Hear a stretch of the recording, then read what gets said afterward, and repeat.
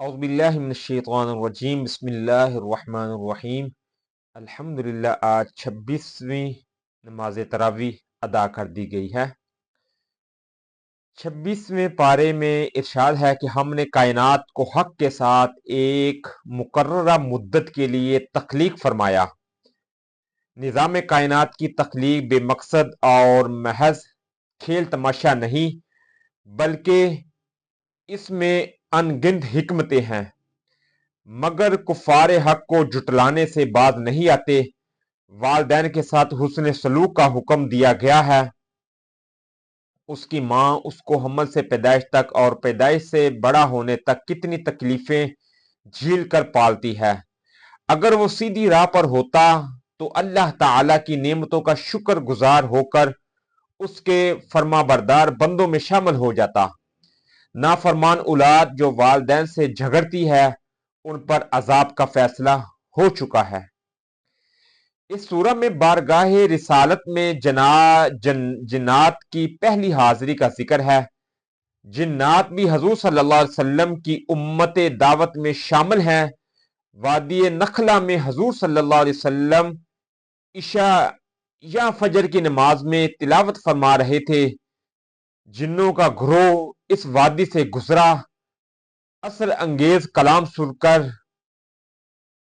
وہ رک گئے اور ایک دوسرے کو خاموش رہنے کی تاکید کی۔ آیات کی تلاوت سن کر ان کی دنیا بدل گئی اور اسلام قبول کر کے اسلام کے مبلغ اور دائمی بن کر اپنی قوم کے پاس پہنچے۔ اس کے علاوہ ہجرت سے پہلے اور ہجرت کے بعد بھی جنات کی حاضری کا سلسلہ جاری رہا۔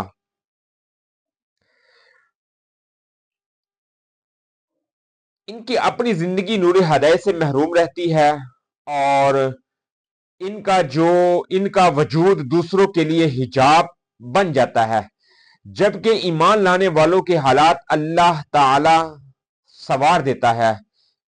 اس کے بعد جہاد کے متعلق حکم ہے کہ جب تمہارا کفار سے آمنا سامنا ہو تو ان کی گردنیں اڑا دو، یہاں تک کہ جب انہیں قتل کر لو خوب قتل کر لو تو پھر رسیاں کس کر باندھو۔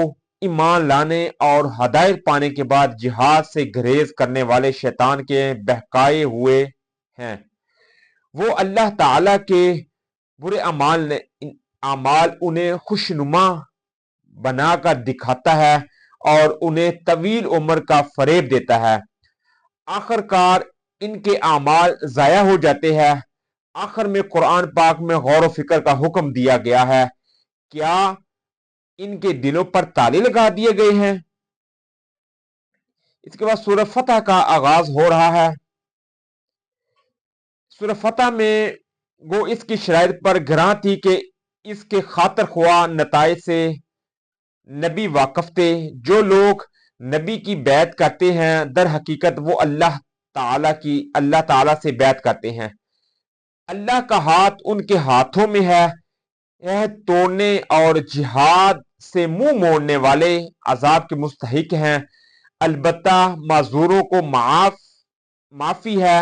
درخت کے نیچے نبی کی بیعت کرنے والے مومنین سے اللہ راضی ہو گیا۔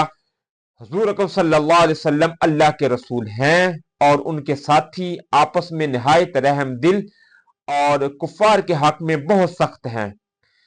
اس کے بعد سورہ حجرات شروع ہو رہی ہے۔ سورہ حجرات کا آغاز بارگاہ رسالت کے ادب و احترام کے بارے میں احکامات سے ہے۔ حضور اکرم صلی اللہ علیہ وسلم کی بارگاہ اقدس میں اپنی آواز اونچی کرنے والوں کے اعمال نیست و نابود ہو جائیں گے۔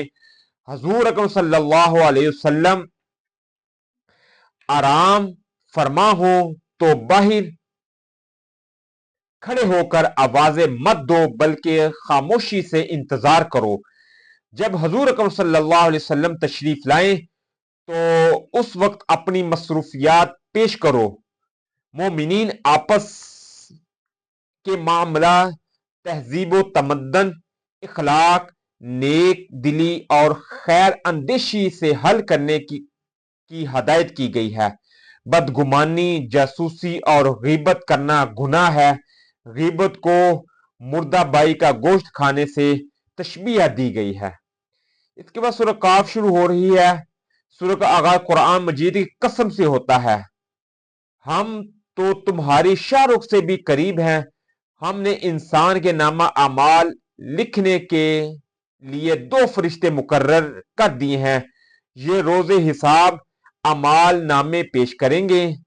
سورہ کے اختتام پر ارشاد ہے کہ اے حبیب صلی اللہ علیہ وسلم، آپ ان لوگوں کی یاد گوئیوں سے رنجیدہ خاطر نہ ہوا کریں، بلکہ صبر کریں اور صبح شام میرا ذکر کریں اور میری تسبیح بیان کریں، کامیابی آپ صلی اللہ علیہ وسلم کے قدم چومیں گی۔ اللہ تعالیٰ سے دعا ہے کہ اللہ تعالیٰ ہمیں قرآن کو صحیح معنوں میں سمجھ کر اور اس پر پیرا عمل ہونے کی توفیق عطا فرمائے۔ وما توفیقی الا باللہ۔